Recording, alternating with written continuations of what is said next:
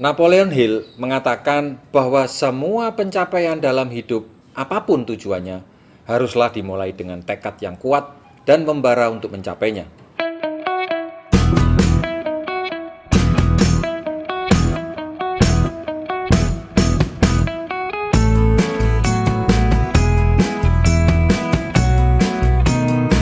Ini benar adanya. Salah satu kisah inspirasional tentang tekad membara untuk meraih kemenangan terjadi ratusan tahun yang lalu. Julius Caesar adalah komandan perang yang berhasil merebut pantai Britania karena strateginya yang cukup unik. Dalam catatan sejarah, pernah suatu saat Julius Caesar berhasil mendaratkan pasukannya pada waktu tengah malam yang dingin. Sang komandan diam cukup lama, sementara pasukannya sibuk merapatkan dan menyembunyikan perahu yang sudah mereka tumpangi untuk persiapan kembali nanti. Namun betapa kagetnya seluruh pasukan ketika mendengar perintah komandan tertinggi saat pekerjaan mereka sudah selesai. Bakar semua perahu yang sudah kalian daratkan. Sebagai pasukan yang taat kepada komandan, mereka dengan ragu-ragu akhirnya membakar semua perahu sampai hangus. Bagaimana ending peperangannya? Semua pasukan bertempur habis-habisan karena mereka berpikir tidak akan kembali lagi kecuali mereka terus merangsek maju ke depan dan pulang ke tanah airnya melalui wilayah musuh. Untuk itu mereka harus menang agar bisa pulang atau mati konyol tak kembali lagi. Kemenangan sebuah tim batalion seringkali dipengaruhi oleh kecerdasan dan ketegasan pemimpin tertingginya. Selain itu, yang terpenting adalah mentalitas sebagai petarung dan loyalitas atau militansi, mengikuti arahan dari pemimpin tertinggi mereka.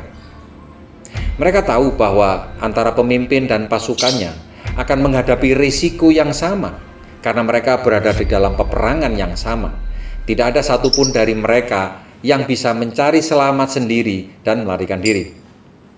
Perjalanan menuju sukses kerap kali diwarnai dengan kekhawatiran atas kegagalan, sehingga cenderung untuk kembali lagi dan tak pernah bisa menyelesaikan apa yang sudah mereka mulai.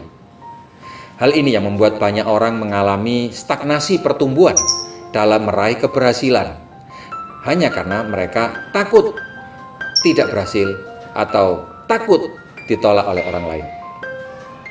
Kalau Anda mau berhasil, maka tips saya, milikilah sikap wani atau berani. Dan Anda pun sama dengan saya. Selama banteng-banteng Indonesia masih mempunyai darah merah yang dapat membuat setarik kain putih, merah dan putih, maka selama itu tidak akan kita mau menyerah kepada siapapun juga. Hanya karena berani, maka kita bisa menang. Dan kemenangan seringkali terjadi karena Anda berani. John C. Maxwell mengatakan, kekhawatiran akan menghambat tindakan. Tidak adanya tindakan akan menuntut kita pada tidak adanya pengalaman. Tidak adanya pengalaman akan menuntun kita kepada ketidaktahuan. Dan ketidaktahuan kita akan melahirkan kekhawatiran. Jadi, ketakutan jika tidak disikapi dengan baik akan melahirkan sejumlah kekhawatiran baru. Bulet aja di situ. Hidup kita berputar-putar kembalinya pada tempat yang sama.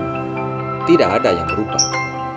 Memulai arah baru menjadi pemimpin, memulai arah baru menjadi pengusaha, itu bisa menimbulkan kecemasan kalau sekian lama jadi pegawai, bahkan hingga puluhan tahun. Begitu bergabung sebagai agen asuransi contohnya, muncul lagi kekhawatiran, bagaimana ya jika nanti saya akan ditolak. Setelah dapat nasabah, muncul lagi kekhawatiran, apa ya saya bisa berhasil jika cuma punya tim segelintir dan nasabah yang baru sedikit. Kalau sudah punya grup besar, muncul lagi kecemasan, apa bisa saya mengembangkan orang-orang yang ada di dalamnya. Bagaimana jika saya tidak ada lagi di dalam bisnis ini? Apakah mereka masih mau melakukan usaha ini? Apakah mereka masih bisa mandiri? Oh, wes angel. Dennis Waitley dalam bukunya Seed Greatness memaparkan suatu hasil penelitian yang mengejutkan. bahwa 60% kekhawatiran kita sebenarnya sama sekali tidak berdasar. Ketakutan itu tidak akan pernah menjadi kenyataan. Sebanyak 20% kekhawatiran kita ini terfokus pada masa lalu, yang sama sekali sudah di luar kendali kita. Anda tidak akan pernah bisa kembali ke masa lalu Anda. 10% kekhawatiran didasarkan kepada hal-hal yang sepele, sehingga tidak menghasilkan kemajuan yang berarti dalam kehidupan kita. Dan sisanya yang 10% itu, hanya 4 hingga 5% ketakutan itu dianggap memang beralasan, ketakutan yang objektif. Statistik itu menunjukkan bahwa setiap waktu dan energi yang kita curahkan kepada objek yang kita khawatirkan itu sama sekali sia-sia, dan 95% tidak produktif. Bahkan hal itu pula yang membuat kita enggan untuk memulai sesuatu. Anda yang sudah masuk dalam sebuah bisnis, pertimbangkanlah. Jika Anda berhenti atau mencari peruntungan usaha yang lainnya, sedangkan waktu dan usia terus bertambah seperti saya ini, semakin hari kita tidak tahu risiko akan datang kapan. Jika kita sudah bersungguh-sungguh berjuang, maka barulah kita memasrahkan segalanya kepada Tuhan. Saya percaya Tuhan selalu bersama kita, dan Isabel Moore pernah menulis bahwa kehidupan ini ibarat jalan satu arah. Seberapapun perubahan rute yang Anda tempuh, tidak satu pun akan membawa kita kembali. Begitu Anda mengetahui dan menerima hal itu, kehidupan akan tampak menjadi jauh lebih sederhana. Kembali kepada cerita Julius Caesar di awal ya. Jika Anda percaya dengan leader, mentor Anda secara lahir dan batin, maka mari kita bakar kapal kita. Karena dialah yang akan membuat Anda balik kucing sia-sia dan tidak akan pernah bisa maju. Apa yang membuat Anda tidak akan pernah bisa berkembang? Bakar.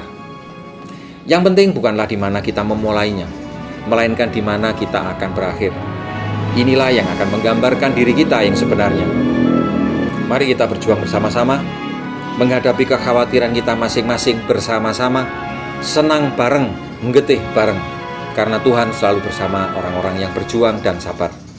Jaga kesehatan, jaga jarak, gunakan masker, cuci tangan pakai sabun, jaga hati Anda dengan klik subscribe dan nyalakan loncengnya. Sampai jumpa, Assalamualaikum warahmatullahi wabarakatuh.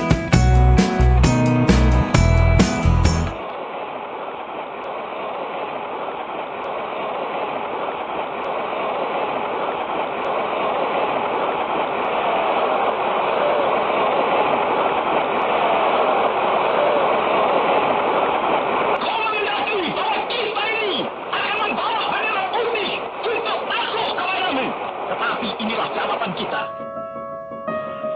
Selama banteng Indonesia masih mempunyai darah merah yang dapat membuat setare dan putih, merah dan putih, maka selama itu kita mau menyerah kepada siapapun juga. Kita tunjukkan bahwa kita ini adalah benar-benar orang yang ingin merdeka. Dan untuk kita, saudara-saudara, lebih baik kita hancur daripada tidak merdeka. Percayalah saudara-saudara, Tuhan akan melindungi kita sekalian. Merdeka!